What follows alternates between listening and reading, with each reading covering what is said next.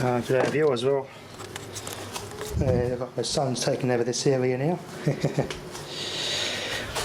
There's LiPos at about 2.6 volts, so I better put these to use. I managed to separate them.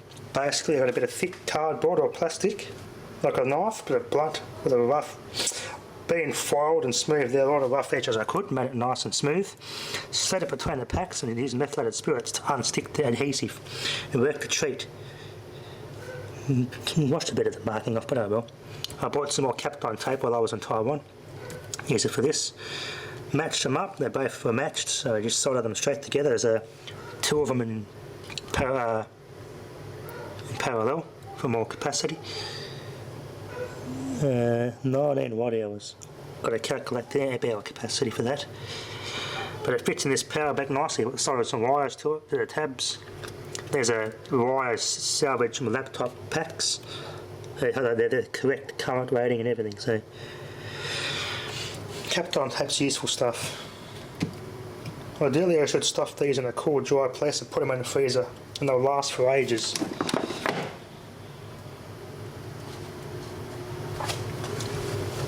Too many 40-degree days is going to ruin those otherwise. So they're charging up. It's got to get over 3 volts for it to start even registering. It'll get there. But I've set this up off grid off my SLA batteries, so I can charge any USB powered device off the grid. That's making a good use of my setup there. Works quite well. The rest of my LiPo packs, I'm yet to check those. Hopefully none of them are gone below 3 volts. It's not good that they don't go too far below 3 volts. 2.6 is probably the threshold. Anything lower than that, they'll be buggered. There I'll test those again. Well, that one there's the old one, which I think is dead. 0, that's gone. I've got to salvage these yet. So they started puffing up. They're gone. These are still okay. 40-degree shed's not the best thing you should be storing these, but they've got to start getting these things salvaged and putting them to use before I just waste them away. Because some of those have still got quite good capacity in them. They're gone, definitely. I have to separate all these batteries out and start using them from the power banks.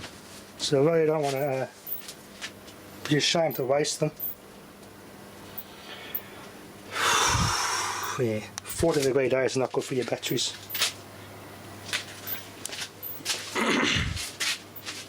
These have come up quite well. I'm going to make up a little a switch cabinet I got from my local tip shop recycling centre. I'm going to set this up in my switchboard cabinet.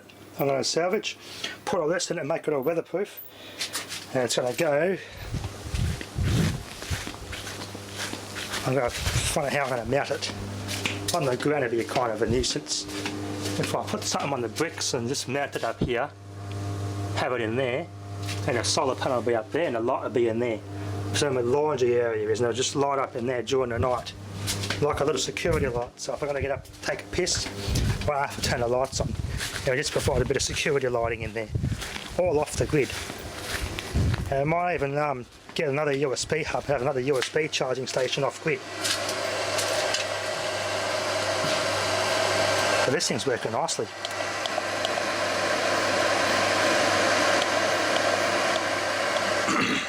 Definitely a bit more solar panels on here. I think I'm going to have to max this thing out.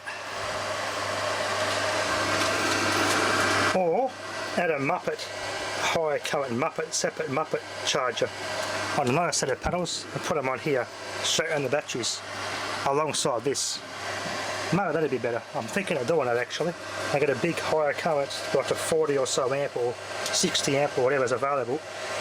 I reckon I go the maximum I can get for the price range I'm looking at. Mount it here and I can get up to 100 amps charging current in that bank off at least 10 solar panels. That'd be the most efficient way I can do it. That way I can pretty much work this thing 100% and max it out and still have the batteries fully charged completely by night. That'll maximise the use out of this setup. It's done pretty well. Quite happy with how this inverter's worked out. It's worked nicely. Anyway, get to clean things up.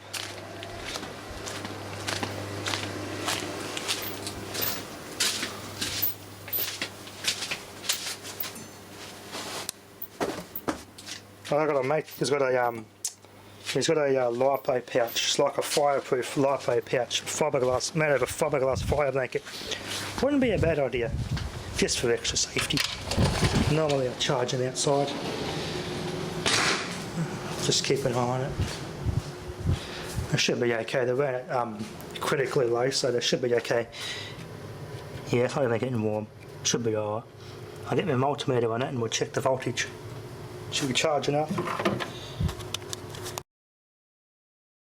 Turn the lid up so you can see better.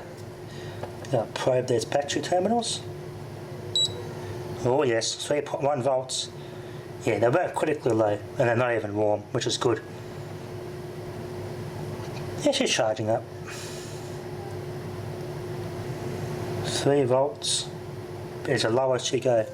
3 volts to 4.2 volt range. 3.7 volts is nominal for these lithium batteries. But it's just to calibrate itself so the percentage scale would read correctly. But it's charging nicely, which is the main thing. The batteries aren't getting, the pouches aren't getting warm or puffing up, which is good. I've got to get some foam to put on top of that. I could probably fit another 2 in there and get 4 of these, but I've only got 2. I could potentially fit 4 of those in there together. But you can buy these power bank kits off eBay from China. You got to wait a while to get for it to ship. But I can buy these over the counter in Taiwan. Just buy them cheaper and straight away. Bring it back to my luggage.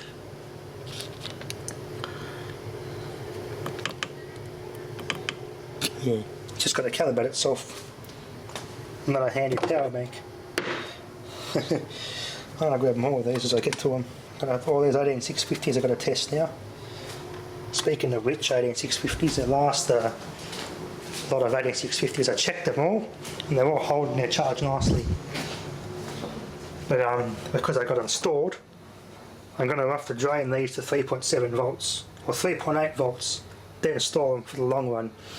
Because it's not good to let them sit at 4.2 volts full charge. It's not good for them, they can degrade quick. So you've got to flatten those down to 3.8 volts and then store them, and that will maximise their shelf life.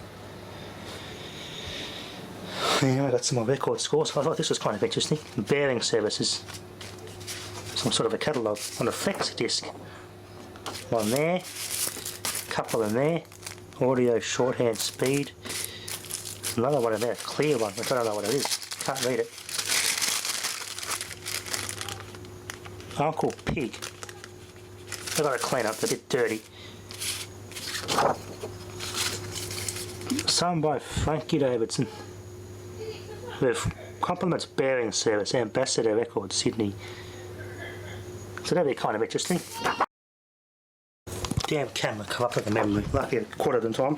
But what I was saying is the flex discs weren't so common here as America, so to speak. So I'm kind of lucky to find these. 33 and a third, 1969. Side 2, record 4, set 3. Part of a set. The Oinklets, Uncle Pig. And those, both of these are single sided records, so I got something I could roughly test the tracking area skating I'm in. Little Elton John one there I picked up, but I've got to clean that before I play that. Pretty cool. The Oinklets, Uncle Pig, Oink Rap, and the Oink Song. Amazing what you can find. Nice scores there. Anyway, that'll be enough for now. Thanks for watching.